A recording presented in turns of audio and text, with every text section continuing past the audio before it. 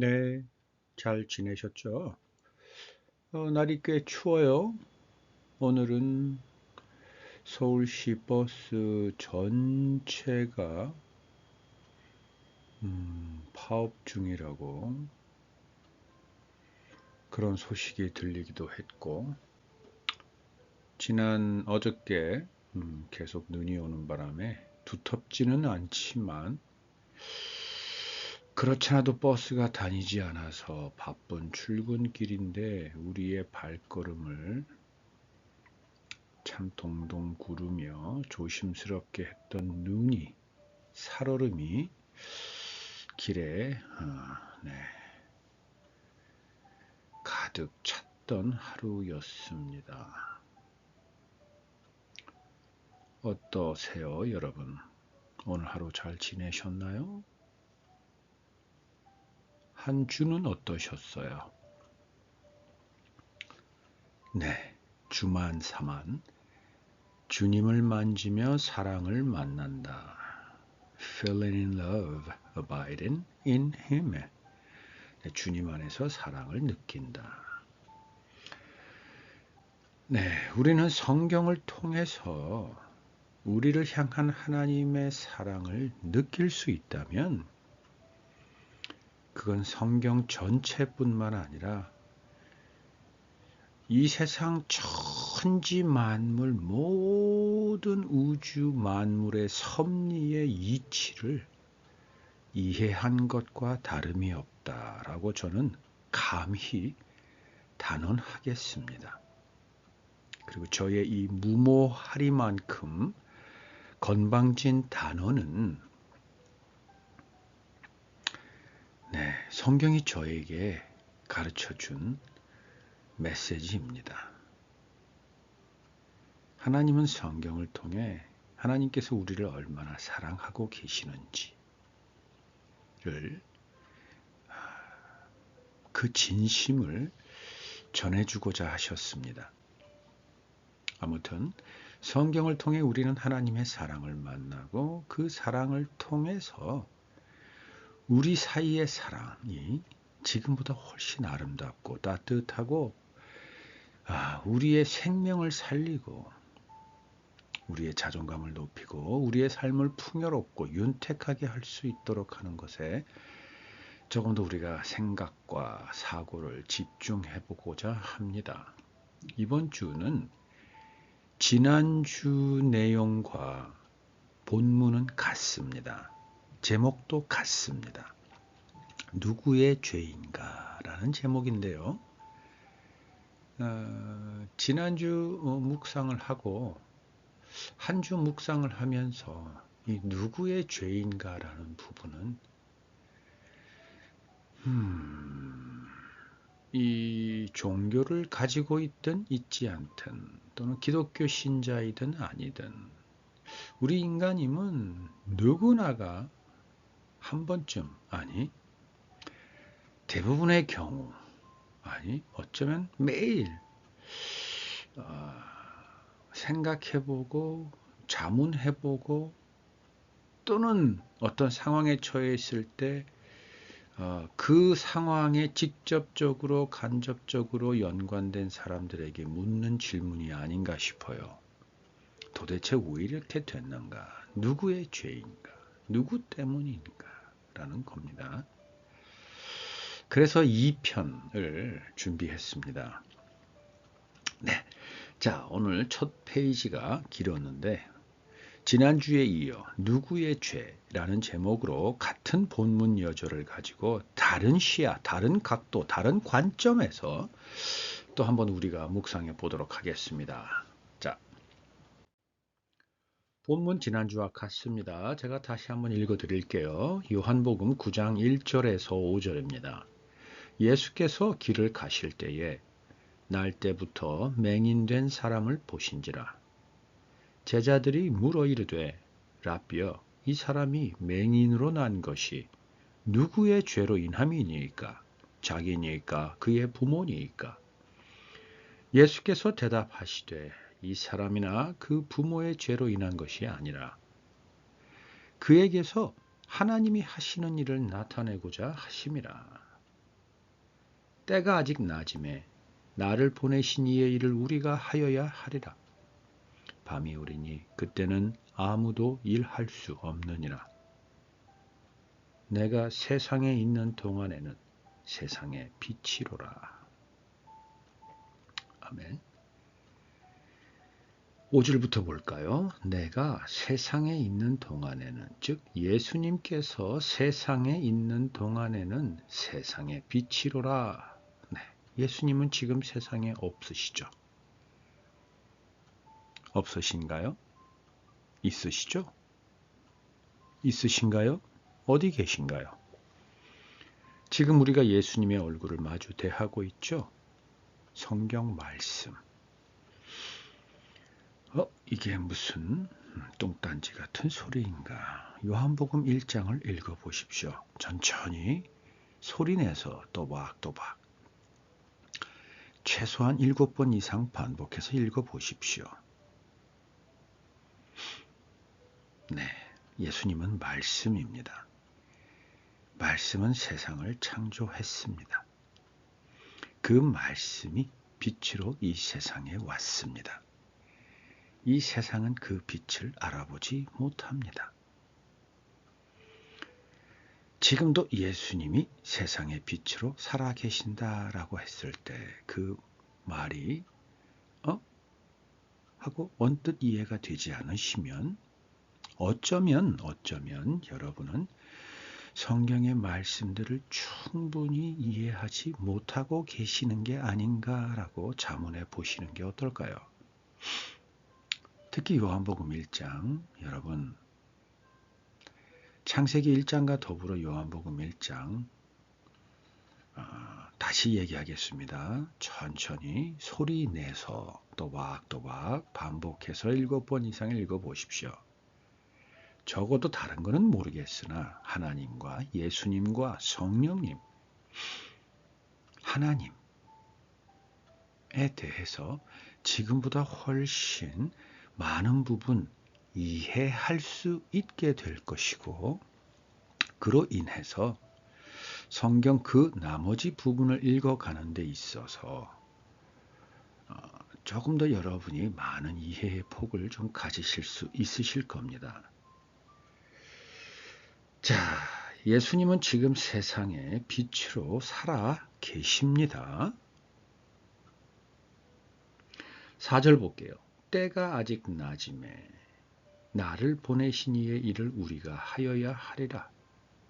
자, 5절 우리가 방금 이야기했던 대로 말씀으로 살아계신 예수님께서 이 세상에 빛을 비추고 계시므로 지금은 낮입니다. 따라서 우리는 우리를 보내신 이의 일을 우리가 지금 해야 합니다. 우리를 보내신 이는 무슨 말인가? 예수님을 하나님이 우리에게 보냈다라는 것은 오케이, 이해가 됩니다.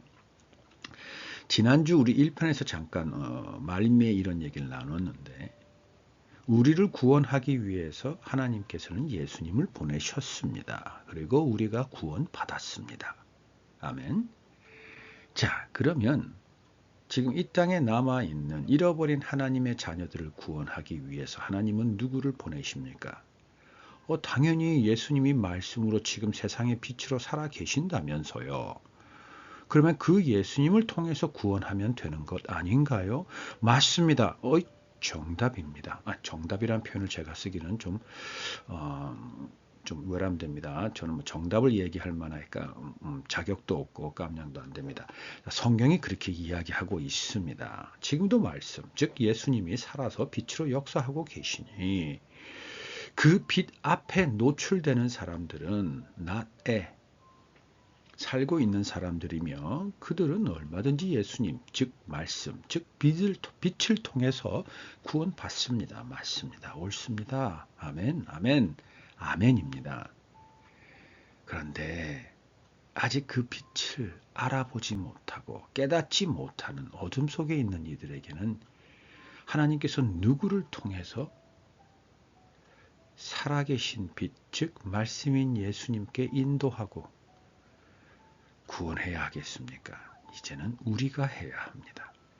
우리가 그들에게 다가가야 합니다.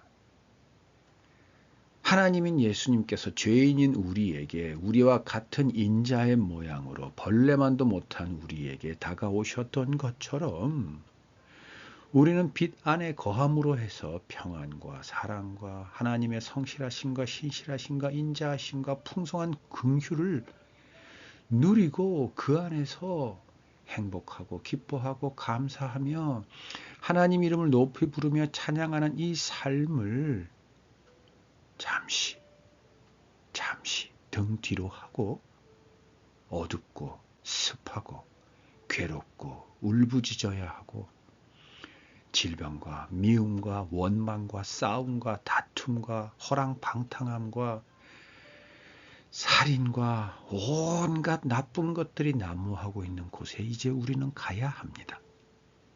그곳으로 가야 합니다. 그리고 외쳐야 합니다. 그리고 심지어 그들과 함께 어울려 살아가면서 우리에게 왔던 빛 대신 예수님이 어떻게 우리와 함께 사셨고 사시는 동안 우리에게 어떤 말씀, 하나님의 말씀을 전했는지 우리가 그들에게 전해주고 가르쳐주고 설명해줘야 하며 더 나아가서 그렇게 살아가는 모습, 그들과 함께 살아내야 합니다. 그 십자가를 이제 우리가 져야 합니다. 그게 바로 4절에 있는 나를 보내신 이의 일을 우리가 하여야 하리라, 바로 그 대목입니다. 자, 여기까지는 좋습니다. 자, 이제 좀 본문으로 들어가 보겠습니다.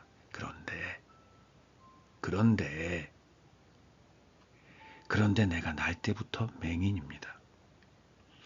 내가 날 때부터 죄인입니다. 내가 날 때부터 나의 영과 혼과 육 모두가 그 중에 둘이, 아니 그 중에 하나라도 온전치 않습니다. 어릴 때는 몰랐다고 치시고 나이가 들면서 성인이 되고 세상에 살아가면서 보니 나의 영과 혼과 육의 장애가 더욱더 많이 보이고 그 장애의 정도가 심하다는 걸 깨닫고 나의 힘으로, 아니 의술의 힘으로, 과학의 힘으로, 기술의 힘으로도 어찌할 수 없는 부분이 있다는 것을 너무나 잘 명확하고 분명하게 깨달아 가고 있습니다. 이거 어떡할 겁니까? 나는 지금 예수님께서 들려준 얘기에 힘입어서 나를 보내신 이의 일을 하고 싶고 해야 하겠는데 나에게 장애가 있습니다. 그러면 이 나의 장애를 통해 지난주 우리가 나눴던 얘기가 이 장애를 통해 하나님께서 당신의 일을 나를 통해 어떻게 하시는지 나타내실 것이다. 그래서 누구의 죄이냐를 묻고 따지지 말고 이 나의 장애, 나의 이 어떠함을 통해서 앞으로 하나님께서 어떤 일을 하시는가 우리가 지켜보고 기대하고 그것을 믿고 하나님을 신뢰함으로 우리의 오늘의 매일매일을 하나하나 하나님의 말씀으로 채워가 보자라는 얘기를 나누었습니다. 자, 그러면 하나님 일을 하는데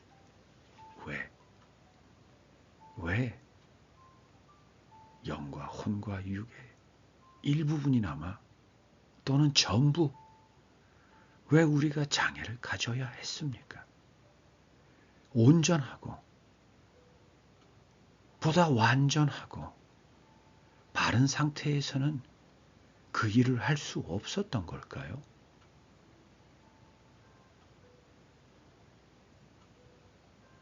왜 하나님은 우리의 이러함을 통해서 하나님 당신의 일을 나타내실 수밖에 없는 걸까요?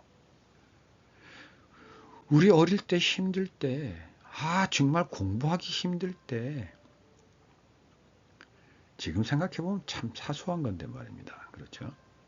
그때는 그 일이 왜 그렇게 중요했고, 아니 공부 안 하는 애들은 안 하는 애들대로, 특히 사춘기에 접어들면 이제 머리에 조금씩 잉크 자국이 남기 시작합니다. 인생을 고민하고 우리 인간의 정체성을 따지고 사느냐 죽느냐 그것이 문제로다 이러면서 온갖 철학자들의 그 한마디 한마디 그 앞뒤 맥락 다 빼고 어쩌면 왜곡될 수도 있는 그 굵기 한두 가지를 들고 진짜 말 그대로 대가리 피도 안 마른 놈들이 술과 담배를 마시고 피면서 인생을 논하는 바로 그때입니다. 그때 우리는 고민하다 생각해 보십시오. 많은 철학자들, 현인들도 고민해서 답이 안 나왔던 그 질문들을 참 청소년기에 던지면서 그 수많은 밤을 하얗게 태우면서 우리가 결국은 했던 원망 어린 질문들이 있죠. 왜 나를 낳으셨나요? 왜 나를 낳으셨나요? 그래서 조금 더 못된 놈들은 그냥 하룻밤에 그 불장난으로 나를 낳으신 거 아닌가요? 라는 아주 진짜 엉덩이에 뿔날 만한 못된 질문들을 합니다. 사실 그게 우리 인간의 민낯 아닌가요?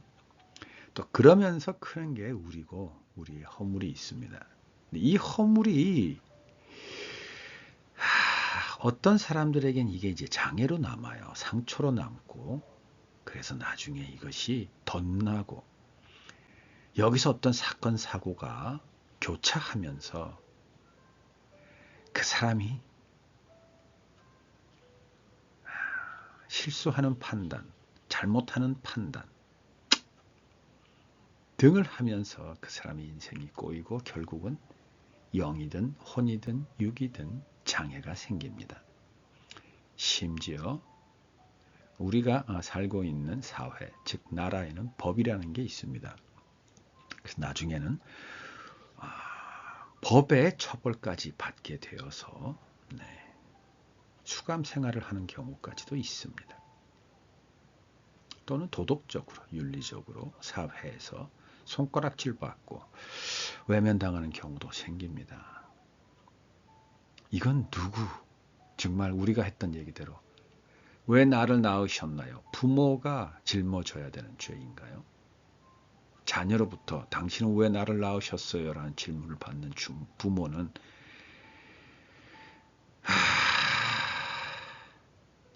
이 땅에 벌어지고 있는 모든 이러한 일들을 하나님 왜 우리를 지으셨습니까? 라고 하나님께 반문한다면 하나님은 우리에게 뭐라고 하실까요? 자, 이 얘기를 오늘 우리가 지금 하고 싶은 겁니다. 자, 근데 여기서 본문으로 조금 들어가기 전에 잠깐 우리가 분명히 해둬야 될 게 있습니다. 이건 분명히 너무나도 분명히 해둬야 합니다. 첫째, 우리는 하나님의 뜻을, 하나님의 계획을, 하나님의 마음을, 하나님의 생각을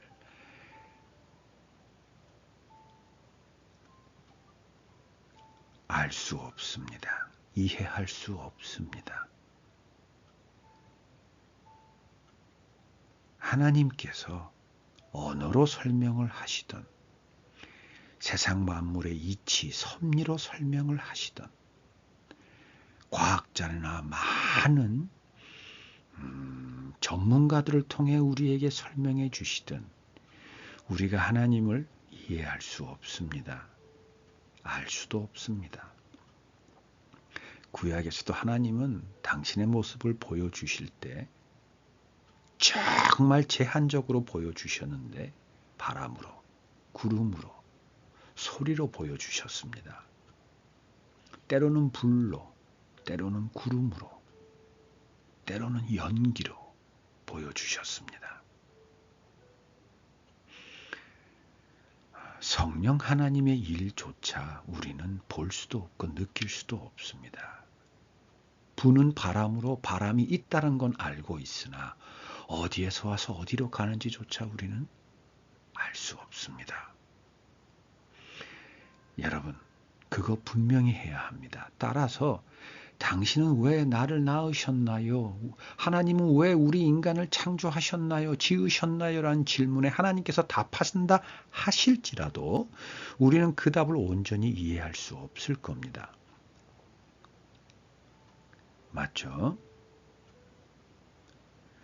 여기서 온전히라는 단어를 분명히 좀 해야 합니다. 부분적으로 조금씩 알 수는 있죠. 왜 모릅니까? 그 부분적으로도 모른다면 하나님께서 성경을 우리에게 글로 책으로 지어서 우리에게 보여줄 이유도 없으시고 당신의 그 지금도 빛으로 살아 역사하고 계심을 우리로 그것을 깨닫고 알으라고 그렇게 외치실 필요도 없고 우리가 하나님의 일을 한다고 어둠 속에 가서 예수님께서 우리에게 주신 메시지를 전할 이유도 없죠. 부분적으로는 알죠. 그리고 지금 아는 게 더 업그레이드 돼서 1년 후, 5년 후, 10년 후는 똑같은 내용이라도 또 다른 관점에서 좀 더 풍성하고 다양하게 우리는 깨닫고 알 수 있죠. 그러나 제가 방금 얘기했던 이해할 수 없고 알 수 없다, 깨달을 수 없다는 건 온전히 그럴 수 없다라는 겁니다. 그래서 늘 우리가 알고 있는 하나님에 대한 부분은 극히 일부이다라는 부분. 다시 말해서 일부이다를 강조하고 싶은 게 아니라 완전히 하나님이 어떠한 분이다라는 걸 우리는 단언할 만큼 알 수 없다라는 겁니다. 그게 첫 번째입니다.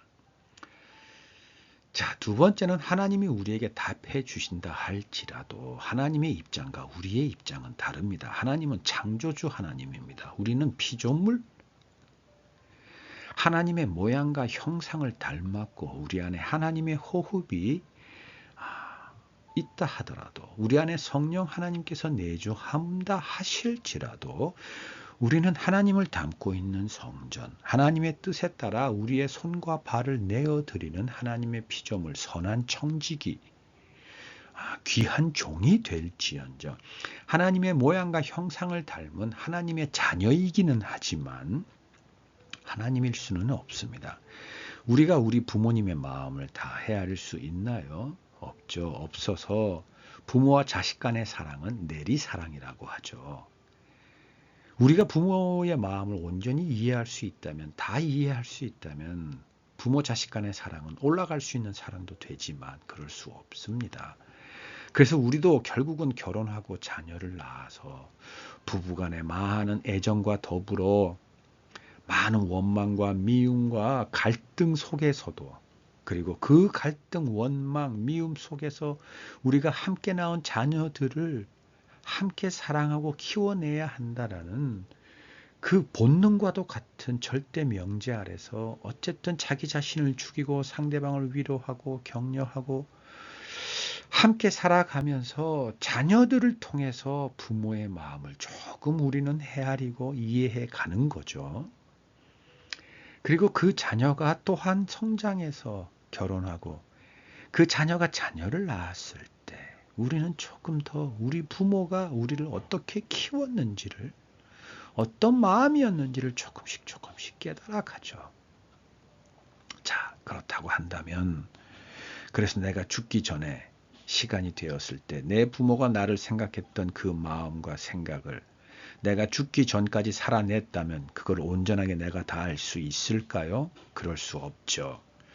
설사 부모가 나를 낳아서 부모가 마지막 호흡을 거둘 때까지 40년의 시간이 걸렸고 나는 기술이 발달해서 60년의 시간 동안 살았다 할지라도 또 내 부모는 나를 낳으셨고 내가 결혼해 내 자식, 그러니까 부모의 손자까지는 키웠지만 나는 의술이 발달해서 증손자까지 키웠다 할지라도 내가 마지막 숨을 거둘 때 내 부모의 마음이 이랬구나라고 내가 깨닫는 내 부모의 마음과 심정이 내 부모의 마음과 심정 100%를 그대로 내가 이해할 수 있는 걸까요? 아닌 거잖아요. 정말 여러분 아닌 거잖아요. 왜 그렇습니까? 부모의 삶이 다르고 나의 삶이 다르고 부모의 생각이 다르고 나의 생각이 다르잖아요. 그런데 하물며 우리가 하나님의 마음을 다 모르잖아요. 자, 중간이 좀 길었는데 근데 여러분 이것은 우리가 신앙생활하고 믿음 생활하는데 굉장히 중요하게 우리가 인정하고 우리의 신앙의 밑바닥에 깔아야 되는 그 기초공사 중에 가장 중요한 하나라고 저는 생각합니다. 뭐냐? 하나님께서 너무나 친절하게 성경을 통해 하나님의 모든 것을 우리에게 글로 설명하고 계시지만 또 일반 계시라는 자연 천지 만물을 통해 하나님이 어떠한 분이라는 것을 우리에게 늘 보여주고 느끼게 하시고 들려주고 하시지만 우리는 극히 일부분만 깨달아 알 뿐이다라는 것. 그래서 그걸 가지고 단언하고 하나님은 이렇다라고 생각하거나 더 나아가서 왜 그러시냐라고 반문 또는 질문을 할 때는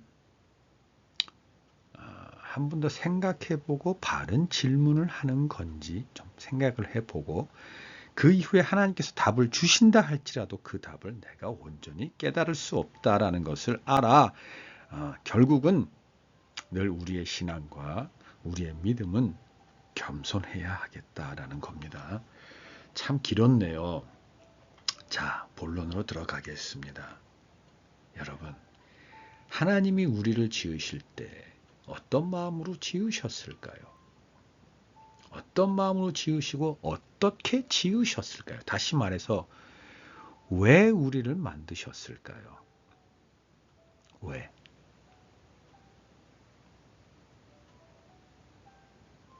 여러분 그거 생각해 보셨어요? 우리를 왜 만드셨을까요? 아까 4절에 나옵니다. 나를 보내신 이의 일을 우리가 하여야 하리라. 하나님의 일을 하라고 하나님은 우리를 지으신 게 아닐까요? 저는 그렇게 생각합니다. 하나님 일을 해야 하기 때문에 하나님의 모양과 형상대로 우리를 지으셨고 그래야 하나님이 하고 싶은 일을 그 하나님의 모양과 형상을 그대로 담고 그대로 지어야 하나님이 원하는 일을 할 수 있을 거잖아요. 그렇지 않나요? 예를 들어서 내가 손가락을 많이 쓰는 일을 내가 하고 싶은데 이제 내가 그 일을 다른 사람에게 시켜서 다른 사람이 할 수 있도록 하기를 원한다면 어떤 사람을 내가 구해야 할까요? 나처럼 손가락을 잘 쓰는 사람을 구해야 되는 거잖아요. 그게 당연한 거잖아요. 자, 예를 들어서 100m 달리기를 너무나 잘하는 운동선수가 있습니다. 그 운동선수가 자기의 후계자, 내 뒤를 이어서 우리나라를 대표해서 올림픽에 나아가서 금메달을 딸 만한 선수를 내가 키워야 한다면 이제 내가 직접 뛰는 것보다 누군가를 발굴하고 찾아서 그에게 가르쳐 주어서 그가 내 대신 우리나라를 대신해서 금메달을 따온다면 라고 했을 때 내가 어떤 사람을 뽑겠습니까? 나처럼 다리 근육 그리고 빨리 뛸 수 있는 사람을 구하지 않겠습니까? 그리고 그에게 없는 그러나 나에게 있는 무언가를 그에게 전수하고 가르치고 훈련시키지 않겠습니까? 자, 하나님은 하나님 당신의 일을 하기 위해서 우리 사람을 지으셨습니다. 그렇죠? 그래서 당신의 모양과 형상대로 우리를 지으셨습니다. 그리고 그것은 하드웨어라고 한다면 이제 소프트웨어가 있어야 하죠. 정신, 생각, 마음, 지성, 감성, 이성. 그런 많은 소프트웨어들이 운영체제들이 있어야 하지 않겠습니까? 그래서 하나님께서 당신의 호흡을 코를 통해서 우리에게 불어넣어 주셨습니다. 마치 우리가 잭을 통해서 충전을 하고 잭을 통해서 노트북에서 핸드폰으로 핸드폰에서 노트북으로 자료를 전송하고 다운을 받듯이 또는 굳이 뭐 잭이 아니라도 와이파이라는 어떤 하나의 패스워드와 비밀 코드를 통해서 무선이지만 클라우드에 있는 것을 우리가 다운을 받고 또 올리듯이 말입니다. 그래서 우리의 하드웨어나 우리의 소프트웨어가 하나님의 것과 같을 수 있도록 하나님께서 우리를 지으셨어요. 그래서 하나님의 일을 우리 보고 하라고. 그러면 하나님이 하셨어야 되는 일은 뭔가요?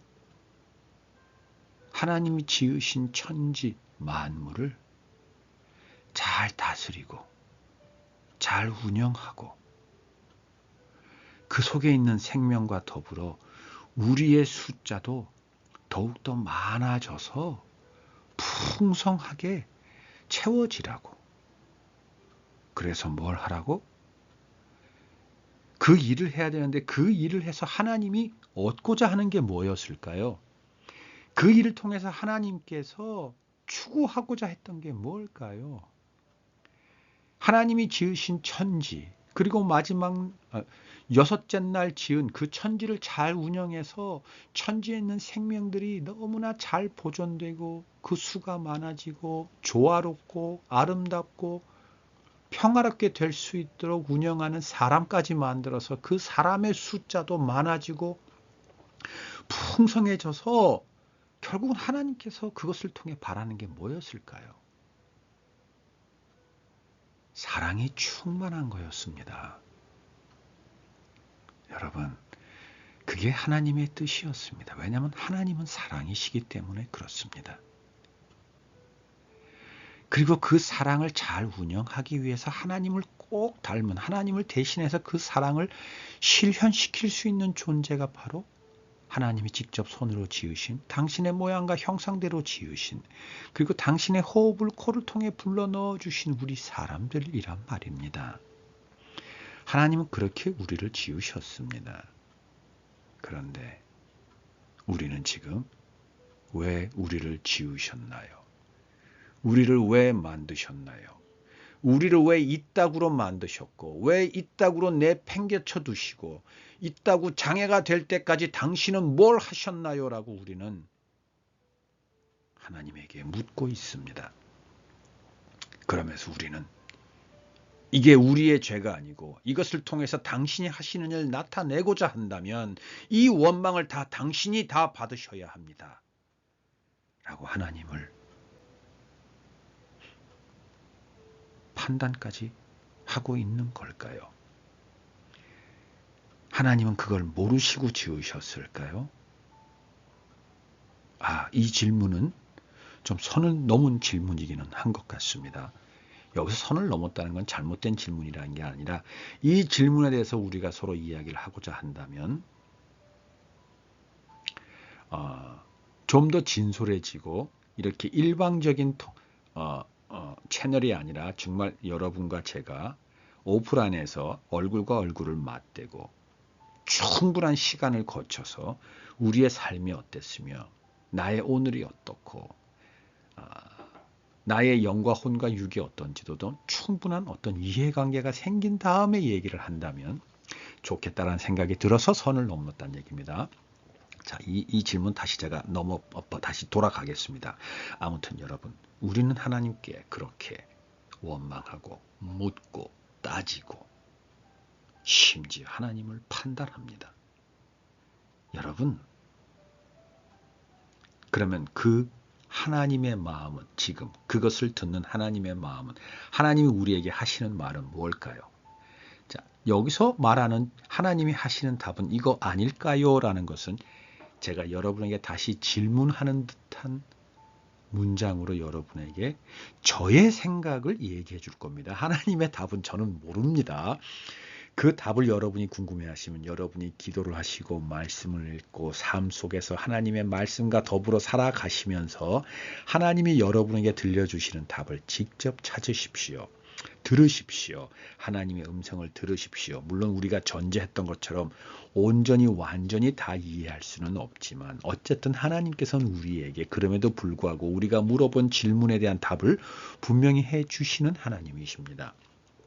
우리가 설사 이해하지 못한다 할지라도, 아니 오해해서 하나님을 원망한다 할지라도 하나님, 우리가 기도하고 하나님께 묻고 구한 것은 다 주십니다. 답해 주십니다. 꼭 구하십시오. 그러나 지금 이 순간 이후부터 하는 이야기는 저의 생각입니다. 그래서 제가 다시 반문형, 질문형으로 대답해 드리겠습니다. 제가 2006년도에 하나님께서 저를 부르셨고 부르신 그 음성을 제가 듣기 시작했었습니다. 그리고 세례를 받고 지금까지 하나님과 더불어 신앙생활을 하면서 성경을 통해 기도를 통해 또는 나의 삶을 통해 관계를 통해 내가 하나님께 너무나 많은 것들을 물었고 하나님은 매 답 그것이 사소하든 크든 중요하든 정말 짓궂든 얄밉든 말도 안 되는 질문이든 하나님께서는 하나하나 빠짐없이 다 대답해 주셨습니다. 그것들을 다 모아서 제가 다시 말해서 온전할 수 없습니다. 그러나 부족하고 지금 이 순간 할 수 있는 최선의 답이지만 제가 답을 좀 해본다면 하나님께서 내가 만약에 하나님 왜 나를 지으셨어요? 왜 나를 이런 놈으로 만드셔서 왜 이걸 통해서 하나님 당신은 당신의 일을 하여야 합니까? 지금보다 떳떳하고 온전한 상태로 하나님은 하나님이 하실 일을 나를 통해서 하시면 안 됩니까? 라고 내가 하나님께 원망 어린 저주로 하나님께 질문할 때 하나님께서 답을 하신다면 이런 답을 하실 것 같다라는 얘기를 해드린다면 이것입니다. 하나님께서 저에게 이렇게 답해 주실 것 같습니다.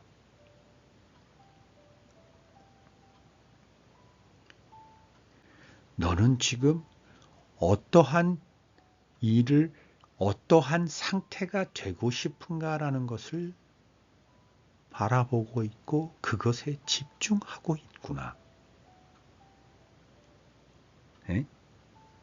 다시 우리는 하나님의 일을 할 때 어떻게 어떠한 상태로 해야 되는 거 아니야? 라는 것에 집중하고 있다라는 겁니다. 그러면 다시 하나님의 답은 이겁니다. 너는 내가 해야 할 일을 하는 거야. 내가 해야 할 일을 네가 하고 싶은 방법대로 하는 게 아니라 내가 해야 할 일을 하면 돼. 그러면 내가 해야 할 일은 네가 장애가 있든 눈이 멀든 다리가 없든 또는 마음 한쪽이 외롭든 또는 공황장애가 있건 또는 너가 병리학적으로 뇌가 정상적으로 작동을 하든 안 하든 너가 생명으로 호흡할 수 있는 그러한 존재이기만 하더라도 너는 내가 너를 통해 하고자 하는 일을 너는 얼마든지 할 수 있어. 왜냐하면 그거는 바로 내가 너를 얼마나 사랑하는지를 깨닫고 그 내가 너를 얼마나 사랑하는지를 다른 사람에게 표현하고 전해주기만 하면 되는 거야. 바로 그게 내가 너를 통해서 해야 할 일이야. 라는 겁니다. 여러분, 우리가 하나님 일을 할 때 그 일만 하면 되는데 그 일은 잘할 필요도 없고 멋있게 할 필요도 없고 우리가 생각할 때 성공해야 할 필요도 없고 돈이 있을 필요도 없으며 내가 건강할 필요도 없습니다. 바로 내 옆에 있는 사람에게 사랑해. 하나님이 나를 얼마나 사랑하는지는 나는 그걸 알아. 느끼고 있어. 그리고 난 너도 그 사랑을 느꼈으면 좋겠어. 그것을 속삭여주고 전해주고 정말 내가 받은 그 사랑을 그 사람에게 내가 고아라 할지라도 내가 병자라 할지라도 내가 지질이 가난한 사람이라 할지라도 그거 하나만 그 사람이 느낄 수 있도록 내가 그 사람에게 그 사랑을 해주면 됩니다. 하나님이 우리를 통해서 하고자 하는 일은 그겁니다. 그런데 우리가 거기다가 폼을 넣고 멋을 넣고 힘을 넣습니다. 우리의 생각을 넣습니다. 우리의 사고를 넣습니다. 우리가 마치 하나님이 된 것처럼. 그게 바로 선악과입니다. 선악과가 의미하는 하나님이 하라는 일을 하면 되는데 우리는 생각을 합니다. 하나님이 하라는 일은 사랑을 전하고 사랑을 표현하는, 즉 행해 주는 겁니다. 그것만 하면 천지 만물은 잘 다스릴 수 있게 됩니다. 사랑 안에서 서로가 서로를 위하고 아끼고 존중하고 격려하며 서로 힘이 되어주고, 그렇게 부족함 없이 없으면 없는 대로 서로 사랑하고 있으면 있는 대로 서로 사랑할 수 있는 환경과 상황과 그 어떠함에 아무 관계없는 사랑을 할 수 있게 되는 겁니다. 바로 그게 우리가 하나님을 대신해서 해야 하는 일입니다. 그래서 여러분,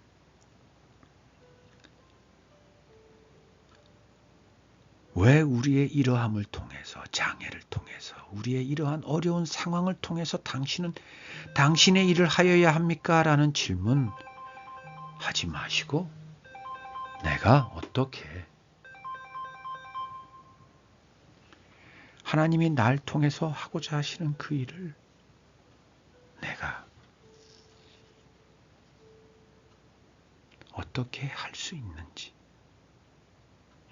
할 수 없다면 할 수 있도록 해달라고 하나님께 기도합시다.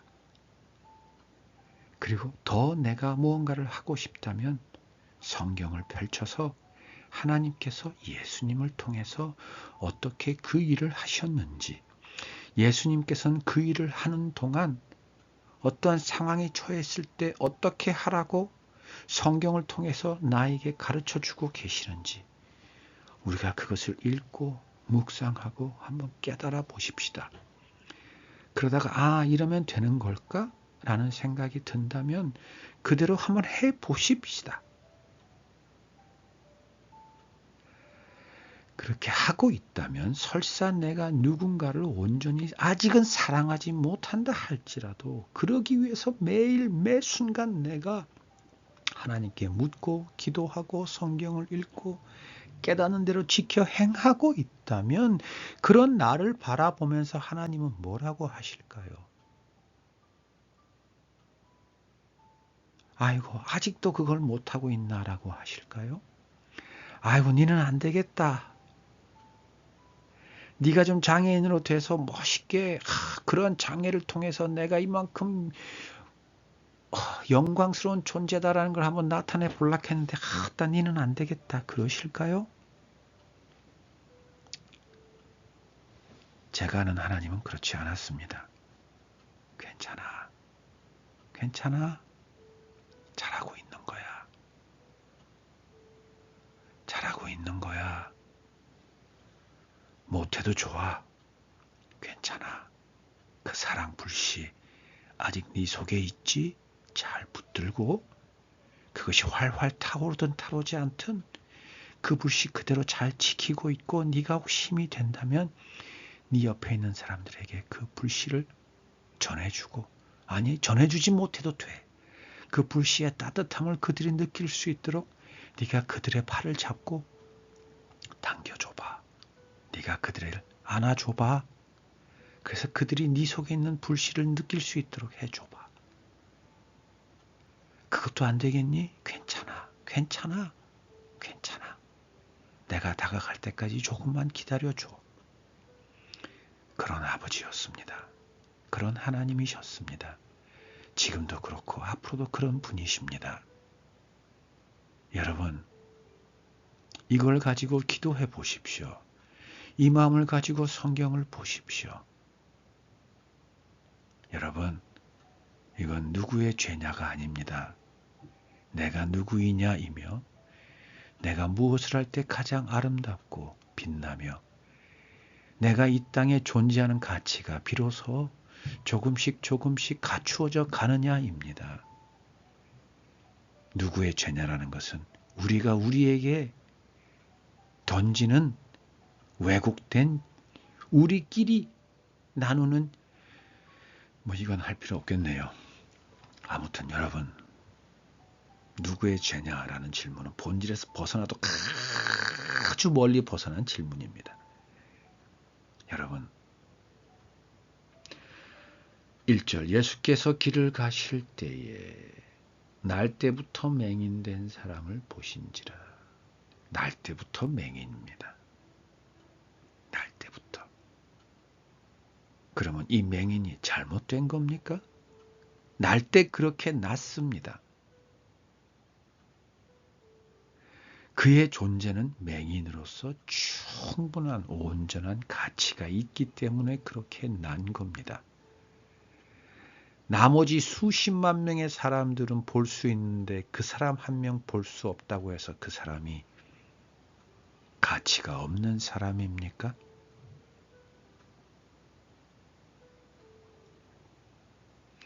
제자들이 물어 이르되 라삐여 이 사람이 맹인으로 난 것이 누구의 죄로 인함이니까?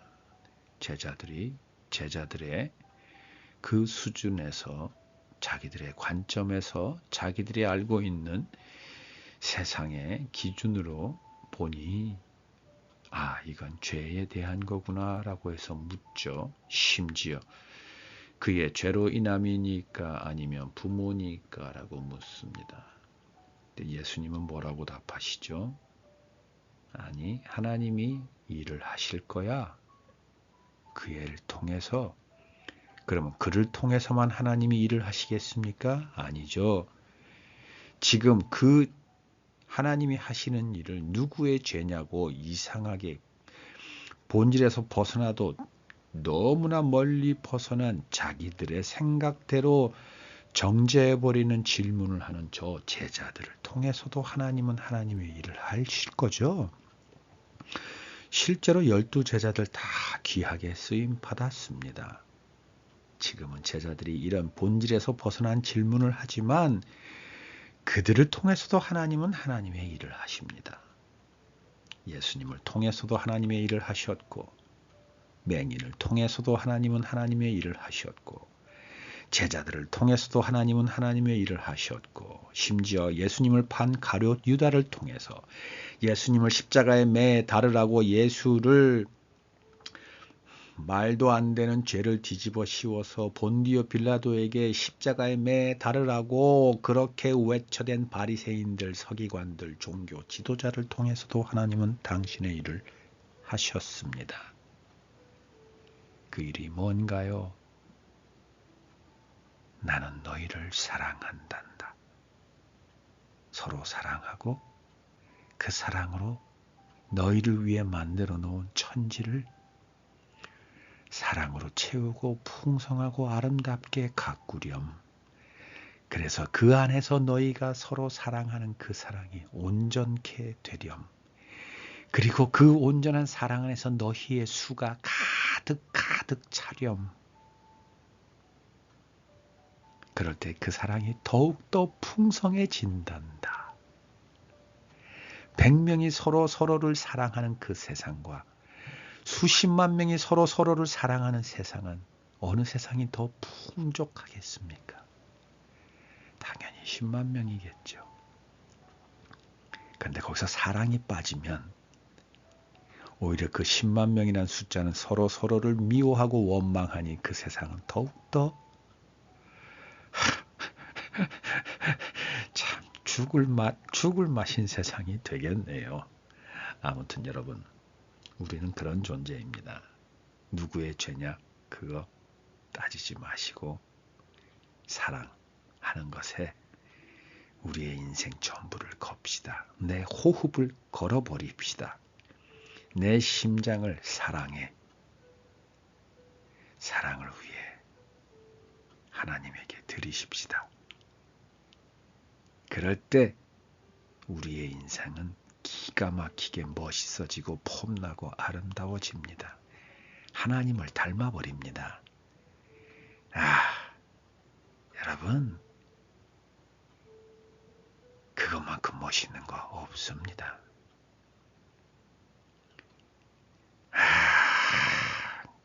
그게 폼나는 겁니다. 만수르 수백조의 재산. 좋죠. 좋은 거 뭐 저는 모릅니까? 그런데 여러분, 그거 순간입니다. 하나님의 사랑 영원합니다.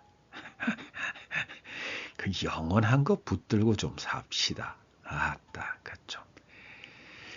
아무튼 또 다음 주 주만 삼한 다른 주제로, 뭐 또 같은 주제일지는 모르겠습니다만 하나님께서 우리에게 주시는 주제로 다시 여러분에게 돌아오도록 하겠습니다. 한 주 진짜 폼나게 사랑하면서 내 심장, 내 삶, 내 호흡